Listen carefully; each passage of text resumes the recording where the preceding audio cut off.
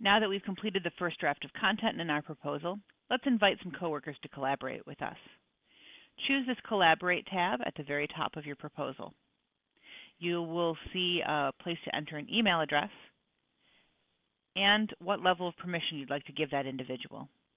If you give them view permissions, they'll be able to see the code sections, documentation, and attachments, and they'll be able to discuss it with you. If you give them edit permissions, they'll be able to view that same part of the proposal, and they'll also be able to make edits to those parts of the proposal. If you give them co-proponent status, they'll be able to make those same edits, and they'll also be able to edit their own proponent information so that it can show up on their proponent line in the CAH agenda. People who have accepted your invitation will show as active. Those who you have only invited will show as invited, and you always have the opportunity to resend that invite. Individuals who you are resending those invites to will receive it not only by email, but also a notification in cdpACCESS, which can be accessed from up here.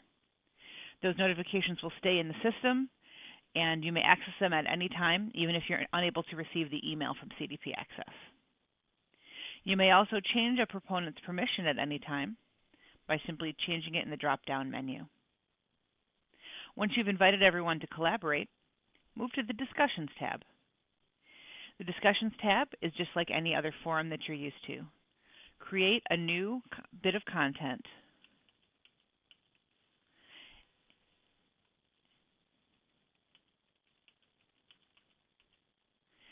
and click Submit.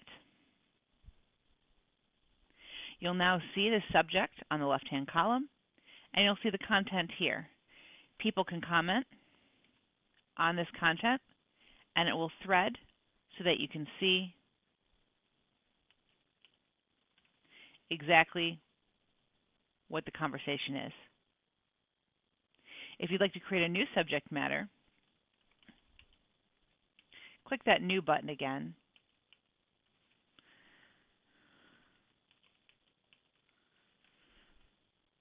and hit Submit.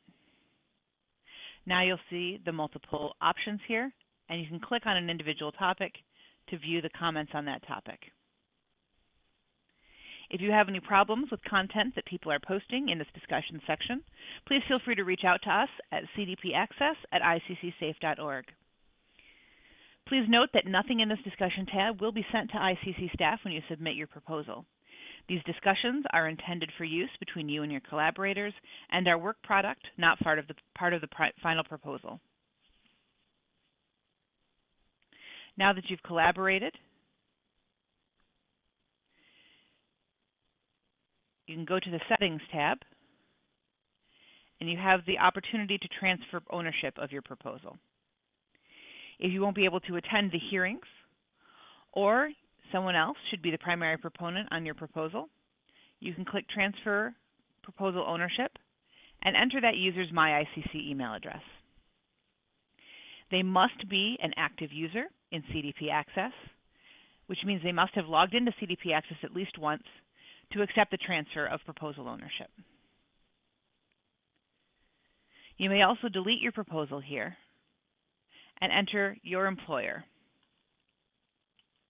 on this page.